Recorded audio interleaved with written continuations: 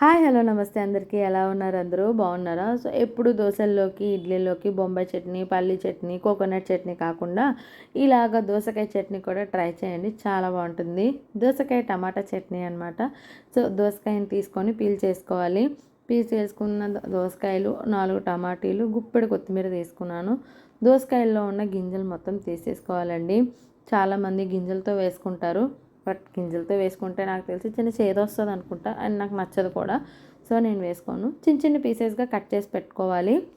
మీకు దోశల్లోకి ఇడ్లీలోకి ఏ చట్నీ అంటే ఇష్టమో కామెంట్ చేయడం మాత్రం మర్చిపోకండి. ఇప్పుడు ఇలా కట్ చేసుకున్న తర్వాత ఇప్పుడు టమాటీలు కూడా కట్ చేసుకొని పెట్టుకోవాలి. టమాటీలు ఎక్కువ వేసుకుంటే పులుపు వస్తుంది అనమాట. సో పులుపు వస్తుందని నేను ఒక దోసకాయకి 2 టమాటీలు చొప్పున తీసుకున్నాను. మీకు పులుపు ఎక్కువ తింటారు అంటే మీరు వేసుకోవచ్చు టమాటీలు, బట్ ఇలా అయితేనే బాగుంటుంది అనమాట. టమాటాలు కూడా చిన్న చిన్న పీసెస్లా కట్ చేసుకొని పెట్టుకోవాలండి. నెక్స్ట్ కొత్తిమీర కూడా సేమ్ అలాగే గుండగా కట్ చేసుకొని పెట్టుకోవాలి. ఇప్పుడు కట్ చేసుకున్నవన్నీ చూసారా, దోసకాయలు టమాటీలు అండ్ చిన్న చిన్న పీసెస్లా కట్ చేసుకున్నాను. ఇప్పుడు స్టవ్ ఆన్ చేసుకొని స్టవ్ మీద కళాయి పెట్టుకొని ఒక 3 స్పూన్స్ వరకు ఆయిల్ వేసుకోవాలి. ఆయిల్ బాగా మరగనివ్వాలండి. ఆయిల్ మరిగాక ఒక 1 స్పూన్ జీలకర్ర వేసుకోండి. ఒక 2 స్పూన్స్ ధనియాలు వేసుకోండి.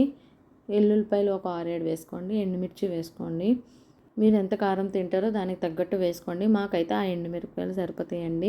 మీకు ఇంకా ఎండుమిర్చి కావాలంటే మీరు వేసుకోవచ్చు.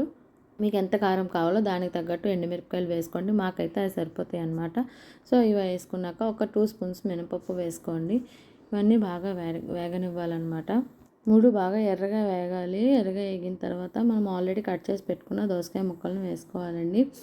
వేసుకొని సేమ్ ఇవి కూడా బాగా మగ్గనివ్వాలి. బాగా మగ్గిన వరకు మూత పెట్టేసి పెట్టుకోండి. బాగా మగ్గిపోతాయి, మెత్తగా అయిపోవాలి. కొంచెం టైం పడతాయి అన్నమాట ఇవి వేగడానికి.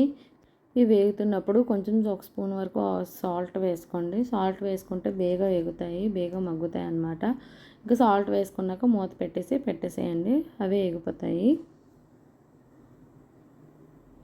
నెక్స్ట్ మనం కట్ చేసి పెట్టుకున్న టమాటీ ముక్కలు కూడా వేసేసుకోవాలి. సేమ్ టమాటీ ముక్కలు కూడా వేసుకొని బాగా కలుపుకొని మూత పెట్టేసేయండి, మగ్గిపోవాలి. సిమ్లో పెట్టేసి మూత పెట్టేసి వదిలేయండి. సిమ్లో అయితే బాగా మగ్గుతాయి. ఏదైనా హైలో పెట్టి వండడం కంటే సిమ్లో బాగా మగ్గుతాయండి. ఇప్పుడు ఇగో చూసారా ఎలా వేగాయో. ఇప్పుడు మనం కట్ చేసి పెట్టుకున్న కొత్తిమీర కూడా వేసేసుకోండి. కొత్తిమీర కూడా వేసుకొని బాగా కలిపేసుకోవాలండి. కొంచెం ఒక 5 మినిట్స్ కొత్తిమీర వేసి కలపండి, ఫ్రై చేయండి. కొత్తిమీర వేసుకొని మనం వేపుతున్నప్పుడు కొంచెం ఒక చిటికెడు పసుపు వేసుకోండి. ఇది పూర్తిగా ఆప్షనల్, మీకు ఇష్టమైతే వేసుకోండి, లేదంటే లేదు. చూసారా మొత్తం ఫ్రై అయిపోయి ఇలా ఫ్రై చేసుకొని స్టవ్ ఆఫ్ చేసేసుకోవాలండి. అంతే, అయిపోయింది. చల్లగా అయ్యాక మిక్సీ పెట్టేసుకోవాలన్నమాట. మొత్తం మెత్తగా పేస్ట్గా చేసేసుకోవాలి. పోపు రెడీ చేసేసుకుందాం. కళాయి వేసుకొని ఆయిల్ వేసుకొని మినప్పప్పు, ఆవాలు, ఎండుమిర్చి, కరివేపాకు వేసుకోవాలి. పోపు వేగిపోయాక మనం ఆల్రెడీ మిక్సీ చేసి పెట్టుకున్న చట్నీ ఉంది కదా, అందులో ఈ పోపు వేసేసుకోవడమే, అంతేనండి. సాల్ట్ మళ్ళీ మీరు మిక్సీ చేసినప్పుడు చూసుకొని వేసుకోండి. అంతే, ఇంకా దోసకాయ టమాటా చట్నీ రెడీ అండి. ఈసారి ఇడ్లీలోకి దోశలోకి ఈ చట్నీ ట్రై చేయడం మాత్రం మర్చిపోకండి. ట్రై చేశాక చట్నీ ఎలా ఉందో కామెంట్ చేయడం మాత్రం మర్చిపోకండి. నా వీడియో కనుక నచ్చినట్లయితే ఒక లైక్ వేసుకోండి, నా ఛానల్ని సబ్స్క్రైబ్ చేసుకోండి. అంతే, ఇంక ఈ వీడియో. Bye bye friends.